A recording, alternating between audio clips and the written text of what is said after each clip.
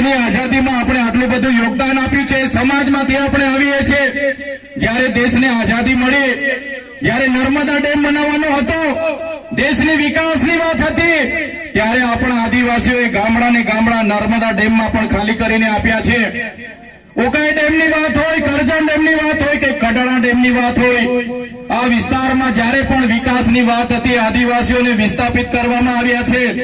અને આજે જ્યારે અમારા આદિવાસીઓની વિકાસની વાત આવે છે, ત્યારે આજે શિક્ષકો માટે આંદોલનો કરવા પડે, આજે રોડ રસ્તા માટે આંદોલનો કરવા પડે, આજે શાળાઓ માટે આંદોલનો કરવા પડે, આજે લડેંગે જીતેંગે જિંદાબાદ મુર્દાબાદ કરવું પડે, આજે આવેદન નિવેદન કરવું પડે, આજે રોજગારી માટે લડવું પડે, ત્યારે અમે આ સરકારોને કહેવા માંગીએ છીએ, આઝાદીના 78 વર્ષ પછી પણ જો આ સરકારો અમારા આદિવાસીઓનો વિકાસ કરવા નહીં માંગશે તો આવનારા દિવસમાં તૈયાર થઈ જજો, ભીલ પ્રદેશ બનાવીને રહેશે।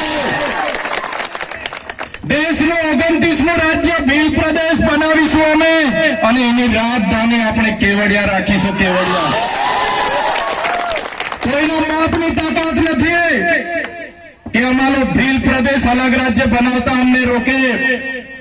આ વિસ્તારોમાં અમારા આદિવાસીઓને હિન્દુ મુસ્લિમના નામે લડાવવામાં આવે છે।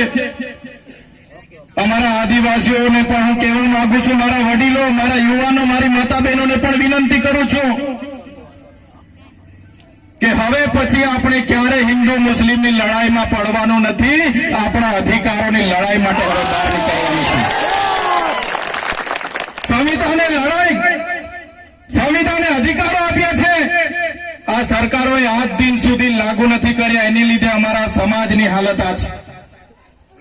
આજે વિકાસની મોટી મોટી વાતો થાય છે, મોટા મોટા બેનરો લગીને બ્રાન્ડિંગ થાય છે, પ્રચાર થાય છે, પ્રસાર કરે છે, અમૃતકાળ અમૃત મહોત્સવ ચાલે છે, ઊંચી ઊંચી પ્રતિમાઓ બનાવી દેવાથી, ઊંચા ઊંચા બિલ્ડિંગો બનાવી દેવાથી, આ વિસ્તારમાંથી નેરો લઈ જવાથી, આ વિસ્તારમાં હાઈવે લઈ જવાથી અમારો આદિવાસીઓનો વિકાસ થવાનો નથી।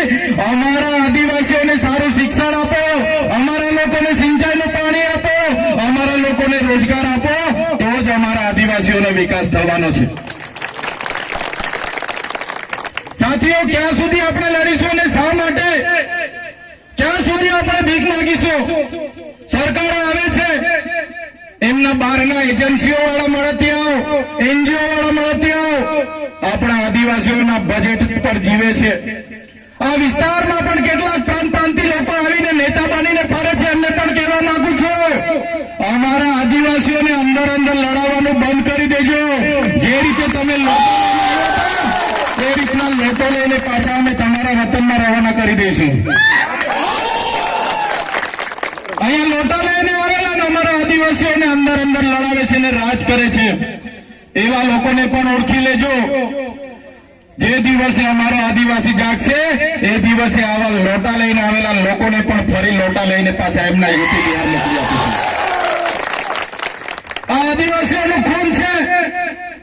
અમારા પૂર્વજોએ આઝાદીમાં પણ પોતાનું યોગદાન આપ્યું છે, દેશના વિકાસમાં પોતાનું યોગદાન આપ્યું છે, અને આજે અમારી જમીનો સંપાદન કરી લેવામાં આવે છે, શ્રી સરકાર કરી લેવામાં આવે છે, કંપનીઓને આપવામાં આવે છે।